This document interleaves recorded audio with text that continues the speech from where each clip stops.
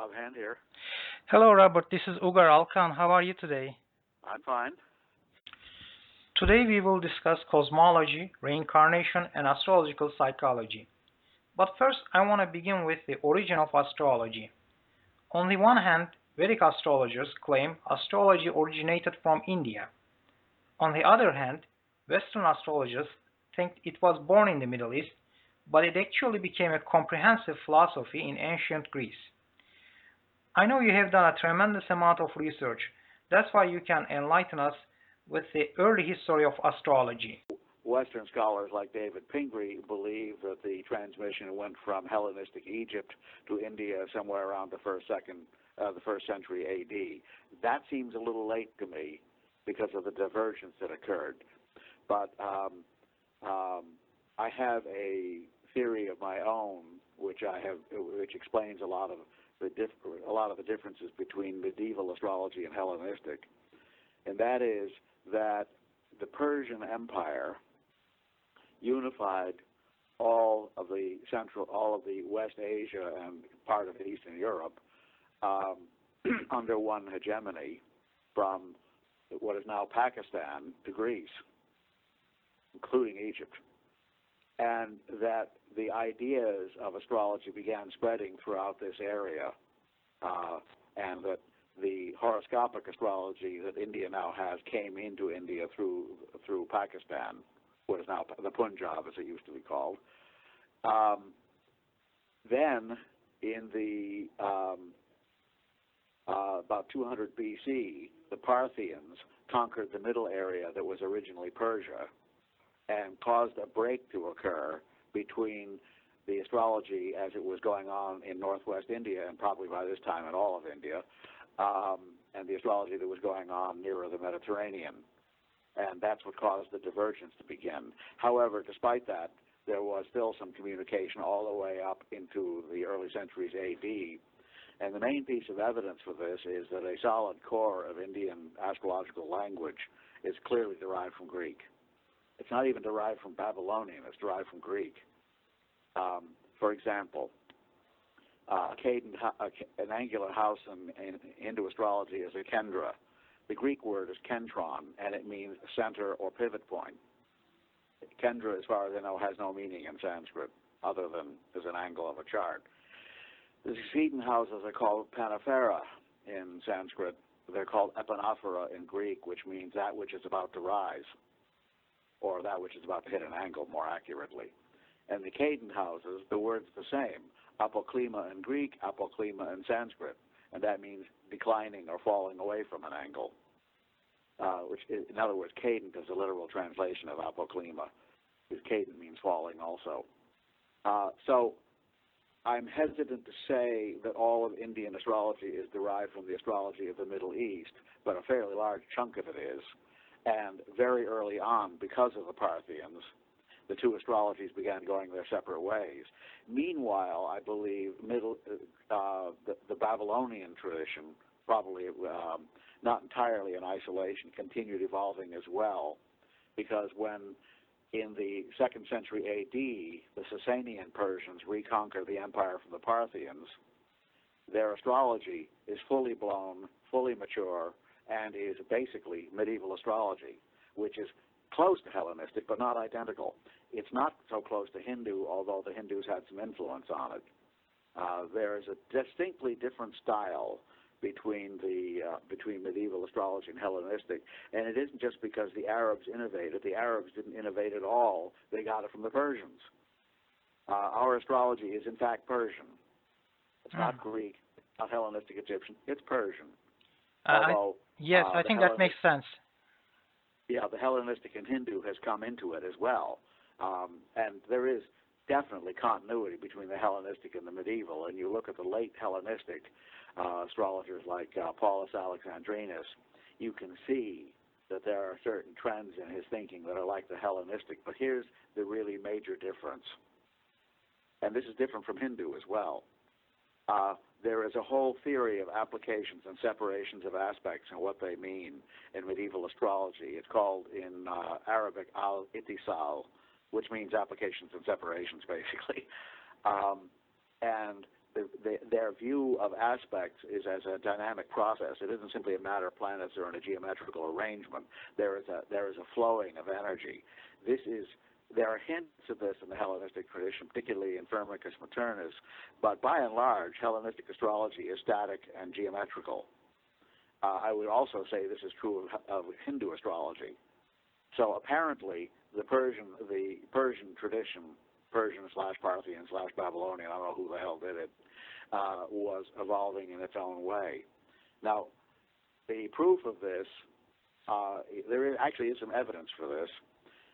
When the Muslims conquered the Middle East, the astrology that continued in the Middle East, carried out by the previous, by the Christian inhabitants of the Roman Empire, Christian and Jewish inhabitants, was written largely in Syriac. When it was first translated into Arabic, and that astrology is almost completely Hellenistic. Now, at this time, the Muslim Empire was governed by the Umayyad caliphs, who were basically pro-Arabic. While they theoretically conceived of Islam as being a world religion, they basically thought of it as a religion for the Arabs, and people were not wildly encouraged to convert. Exactly. I mean, I'm a Muslim too, so I'm familiar with that. Yes.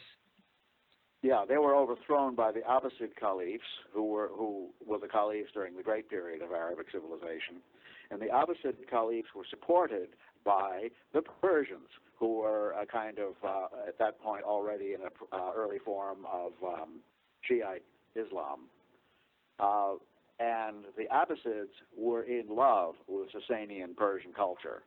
All of a sudden, the astrology shifts between Zahel, or Sal ibn Bishr, is of the old type, although he's showing signs of the new type. Mashar Allah straddles the fence beautifully.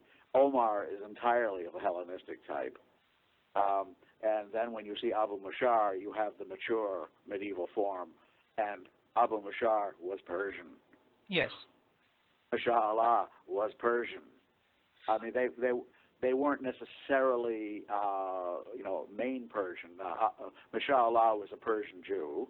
Yes, I know. Abu Mashar was from the extreme. We would now call him an Afghanistani, but they were considered part of the Persian people at that point. So I think there's a very strong case can be made for that's how it developed. Okay, I understand. Okay.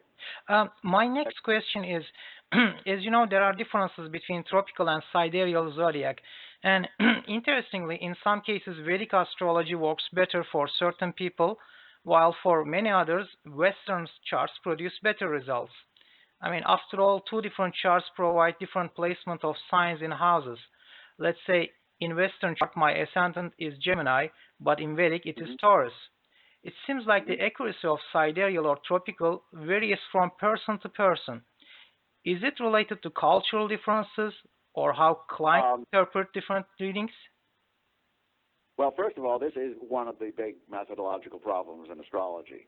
And let me just say at the outset, there is no a priori philosophical reason for choosing one zodiac over the other, although I can give you an extremely compelling case for the tropical over the sidereal. But it is clear that Hindu astrology works in the sidereal framework. Now, before we decide that one system of astrology works better than the other, you have to remember there are three systems competing here, not two. In fact, even possibly four. There's Hindu astrology, modern Western astrology, medieval Middle Eastern astrology, and ancient Hellenistic. Modern Western astrology doesn't work for a lot of people because, quite frankly, I think it's too simplified. Medieval astrology, on the other hand, has, if one studies it completely, all of the comprehensive, elaborate qualities of Hindu, including planetary period systems, although not as many. The Hellenistic has almost as many. They're being experimented with now by people like Chris Brennan and lots of other people who have studied the Hellenistic. Nothing in common whatsoever, but the ones that come mostly from Vedic Vale, and he seems to be the main conduit through which they came. Some of them seem quite promising. But my point is this. when you take Western astrology, now I do mean Western astrology, which uses the modern planets to rule 3 signs and ignores all of the lesser forms of rulership, you're going to get, in most cases, different rulers for the houses than you would in medieval astrology. In fact, I didn't use house rulerships consistently until I learned the medieval system because I couldn't get the modern system to work. Okay. So I have actually gone toe-to-toe with Hindu astrologers, most notably Dennis Harness, reading the same chart. And oddly enough, we came to the same conclusions. Different routes, different methods, same conclusions. So here, I believe, is the general thrust of the answer. Well, first of all, there's 2 things. One is it is entirely possible that a sidereal zodiac and a tropical zodiac can exist simultaneously because they are both ultimately house systems, especially now that we have whole sign houses in what I'll call neo-traditional astrology and traditional astrology. We now see that a house system can start from many points. And that would behoove us to figure out when to use which, rather than just say they both work. And we haven't done that. Right now, they quote-unquote both work. The other answer is linguistic. Fundamentally, I believe astrology is a language. Now, here's where it gets radical. A language is negotiated between 2 sentient life forms. Otherwise, they don't work. If astrology is a language, who is the other sentient life form? And the answer is the world soul. Now, once you understand that astrology is a language negotiated and created by interactions between human beings and the world soul, you are then forced to ask the following question: which is a better language, English or Russian? Now, that's a stupid question. Yeah. Because they're both very good languages. Yes. And they're very different. And they both can communicate the same things differently. So the question boils down to this: there are probably many possible astrologies. The criterion that establishes the good ones differing from the bad ones is that the more clear the language is, the more its syntax and grammar allows you to express the realities of existence, the better an astrology it is. In other words, you can't just make up an astrology.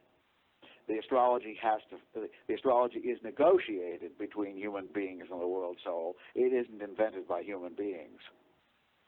But it does not appear to be like sciences where the linguistic negotiation appears to produce one result, but I would argue that that's in fact an illusion.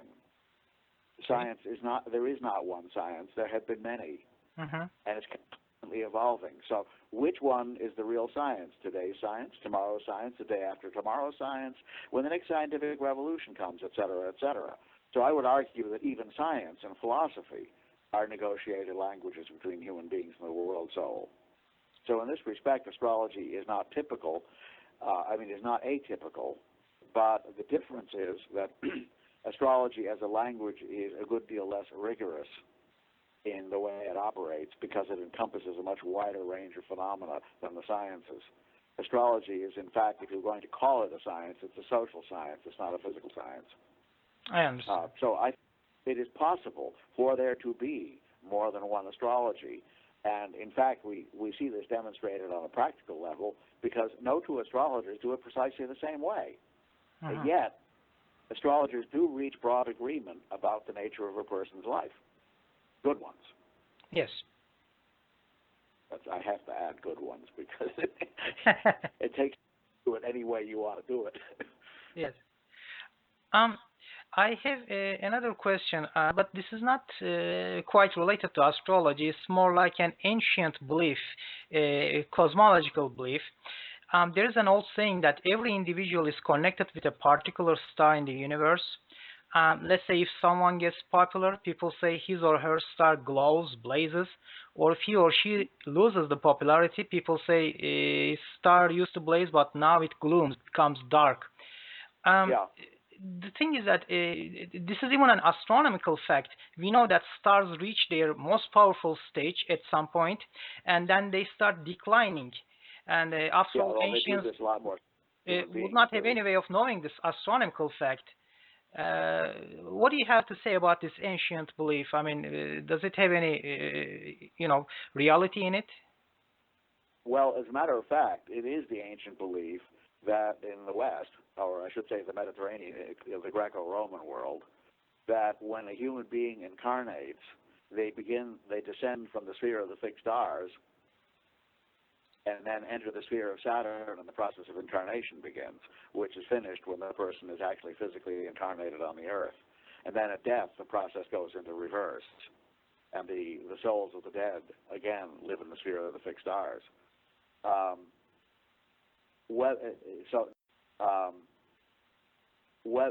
So that's, I think it's that idea which you can find in the Corpus Hermeticum, especially the first book, the Poimandres, as it's usually called, or Pimander sometimes. You can see that belief there, and also you can see it going in the other direction in Macrobius's commentary on the Dream of Scipio, which is available in translation. In the Poimandres, the soul ascends at death, or either in death or during an enlightenment experience. Quite frankly, the text isn't clear which, and I think the answer is probably both. And the Macrobius describes the soul coming down from the sphere of the fixed stars, and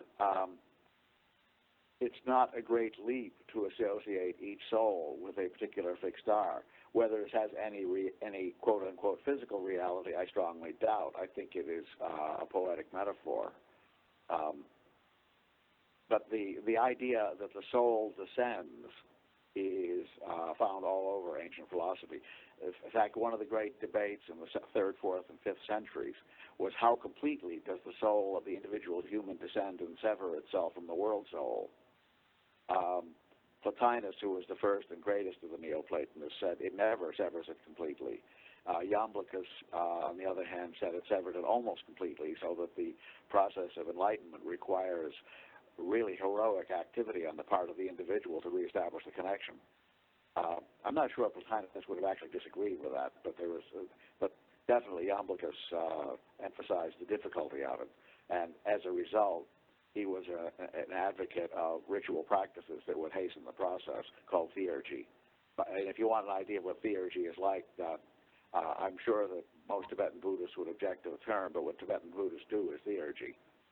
God working is what it means. Okay. Where you invoke the divine to assist you in going up.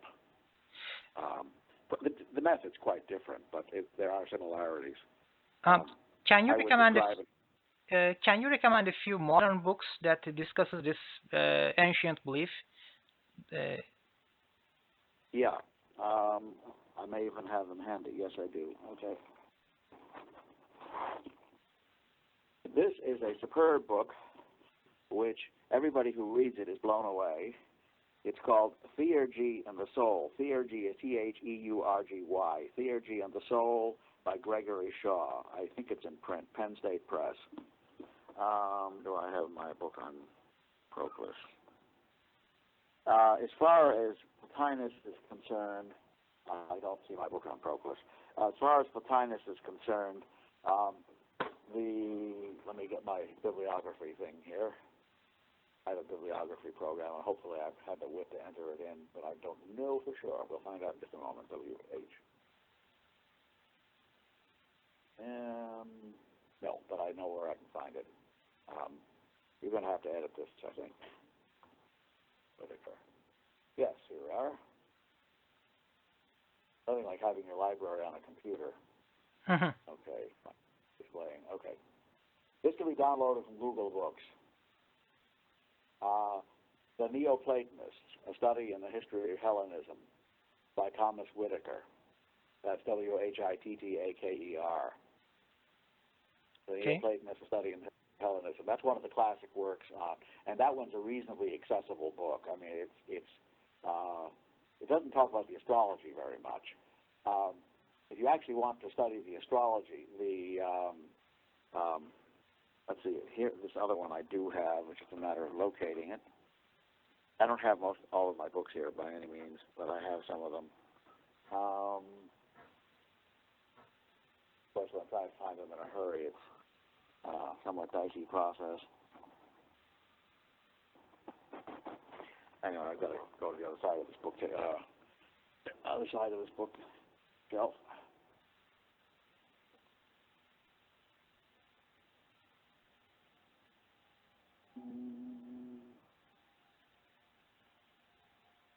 Oh, come on, I know I've got it here because I read it recently. Well, this one I do have in the book, in the bibliography database, I'm sure of it.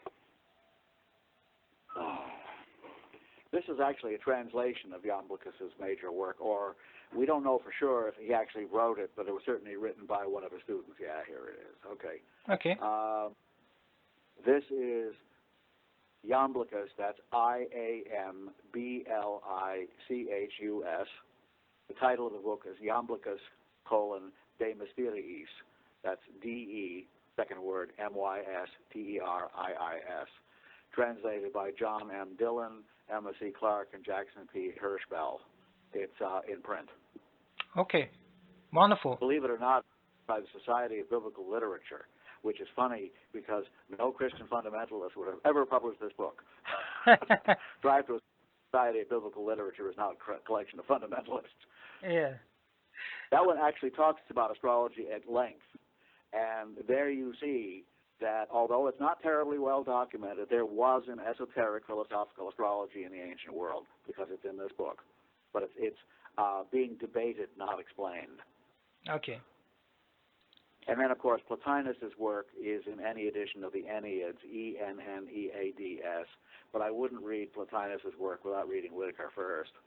And then I have another person here, too. Yeah, here's another one. A 2-volume work, which is also available on Google Books, is Inge, I-N-G-E, William Ralph, The Philosophy of Plotinus. That is a very good book, but it's a dense read.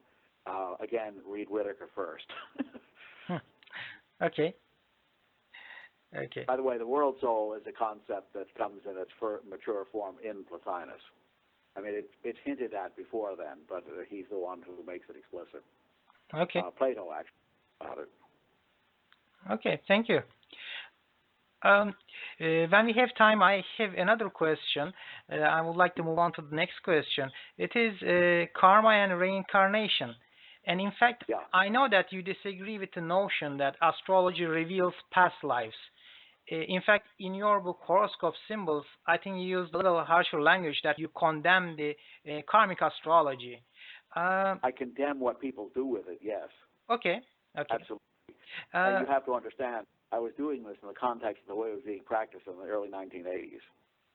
It has improved somewhat, but my problem with karmic astrology is twofold. First, there's absolutely no way of finding out if it's right. Correct. Which is a huge problem. Secondly, it tends to lay responsibility for the problems of this lifetime on something that happened in a previous lifetime, over which presumably you have no control, because it happened already. It is my profound belief, and I've experienced it as being correct in my work, that if that's true, it is also true that the karma is restated in terms of events in this life, and it is the way it's restated in the events of this life that you have to deal with. So it becomes almost unnecessary, even if it's real. Furthermore, and this does apply to some newer schools of karmic astrology, I am enormously annoyed by their tendency to redefine all the symbolism. Esoteric astrology does this too. See, the esoteric astrology of the Greeks doesn't redefine the symbolism; it explains it at a higher level. And I think that's the proper approach. A spiritually oriented astrology takes the symbols as we have them and understands them at a higher level. And I plan to write that down in a book in the very near future. Exactly what I mean by that. I will be talking about the highest and lowest aspects of every planet. And one of the things I'll be discussing is, in fact, that on an essential level, there is no such thing as a benefic and no such thing as a malefic. But in terms of ordinary life, some planets are easier to deal with than others. But all planets have a benefic aspect, and all planets have a malefic aspect. And this is oddly enough confirmed by a work that is rather old, it's a Hebrew word called the Sefer Yetzirah, which equates the 7 planets with the 7 letters of the Hebrew alphabet that had 2 pronunciations. The book is not terribly clear on which qualities go with which of them, because the manuscripts vary tremendously. But each of the 7 doubles has a positive and a negative quality. Okay. Every one of them. Whichever one is Jupiter, it has a positive and a negative quality. Whichever one is Venus, it has a positive and negative quality. And you can get this a little bit if you look at the Macrobius material and the Poimandris material, because the Macrobius material talks about, by and large, the positive side of the planets, and the Poimandris material talks about the negative side. It's in the Macrobius, you gain certain abilities and talents and wisdoms as you incarnate through the spheres, and in the Poimandris material, you shed the negative sides of them when you ascend.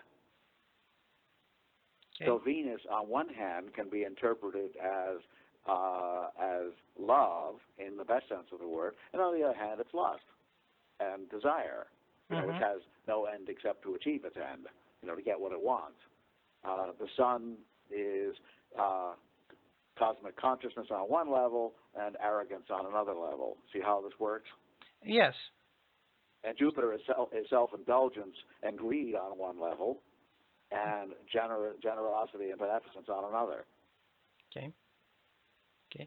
I actually have a couple of lectures. Well, I have one called Jupiter the Malefic, and the other one, and it's twin lectures called Saturn the Benefic. Yes, Saturn, the old devil, great old devil. Yeah. Oh yeah. Yes. Yep. Well, he's not really a devil. He's just not entirely. He's half in this world and half out of it. And it's the out of it half that's benevolent. The in half difficult. Yes. There are 2 views about reincarnation. Like the most common one is that soul transmigrates from one body to another, and there is another view that possibly, like different people at different times who live in different centuries and places somehow are connected to one another as if they are in the same frequency. What is your view? I'm with the second one. The idea of what I call serial reincarnation is absurd because all the spiritual evidence suggests that time as we know it does not exist in that sphere. Okay. So in what past are you reincarnated? Another way of putting it is you're simultaneously incarnated all over time and space. And these lives all do interconnect, and they do interconnect now, which brings us back to the karmic astrology problem, because in fact, if you are experiencing the consequences of a quote-unquote previous lifetime, you can correct that previous lifetime in what you do in this one. I don't mean compensate, I mean correct it. But most of us aren't in a state of awareness where we know how to do that. So that's a lovely thought, but practically impractical. That's correct. I'd like to move to my next question. Actually, this is my last question, and it deals with the astrological psychology. I think the Western astrology is very, very comprehensive, and it's really highly evolved when it comes to psychological astrology, especially Liz Green. She also says that in modern times, I mean, when people go to psychiatrists or psychologists, usually they don't get much help because, the responses of the therapist is very cliche. For instance, psychiatry professor Stanislav Grof says that more than 50 years of experience demonstrated that modern psychotherapies are superficial. So what is the way to promote astrological psychology to therapists like psychiatrists and psychologists? Actually, there's only one way that I've seen that has any effect, and it is happening. First of all, if a psychotherapist is a traditional psychotherapist, you can forget it. But there are quite a few non-traditional psychotherapists. Broadly speaking, they fall into a category known as transpersonal psychology, which is a psychology that is aimed not to cure neuroses, but to help a person evolve and self-realize, which brings us right squarely into the domain of astrology. many of these people are extraordinarily interested in astrology. I have some clients who actually started sharing their readings with me, which are recorded with their psychotherapists, who are clearly in this category. And that's how it's going to happen. The only difficulty with this is it's not going to do much for astrology, because this category of psychotherapists is considered almost as weird by the mainstream as we are. So it's more like an alliance among the weird than it is us getting mainstreamed. Okay. But I do approve of the process. I definitely do. By the way, one of the reasons why I do astrology the way I do is my medieval modern synthesis enables me both to deal with probable event manifestations fairly clearly and with the self-realization aspect of astrology. Medieval astrology and self-realization don't have it. There's nothing there. And the reason there's nothing there, of course, is that in both the Arabic and Western worlds, astrology lived in a world where spiritual work was handled by an organized religion, much more oppressively in the West, but in the East as well. So astrology was basically reduced to an art that did nothing but forecast events. As I said, the evidence of Iamblichus and Plotinus strongly suggests that there was an esoteric understanding of astrology in the ancient world, a genuine one. Okay. That got lost. I see. If you haven't read this one, I have a book to recommend, but probably you read it. It's called Signs of Mental Illness, written by psychiatrist Michelle Gibson. It says Okay. An astrological and psychiatric breakthrough. Are you familiar with this book? No, could you send it to me in an email? Oh, yes, You absolutely. can send, that'll do. Yeah, I think you ought to get this one, because it's actually, one needs to be very, very familiar with astrology in order to comprehend this book, because it's really hard reading. It's not easy reading at all. So, but I definitely recommend it. Send me the name and the author in an email, because I won't remember it from this conversation. But absolutely, I will. Mm-hmm. Okay, great. Okay, thank you very much, Robert. Thank you very much. Okay, have a good day. You too. Bye. Bye.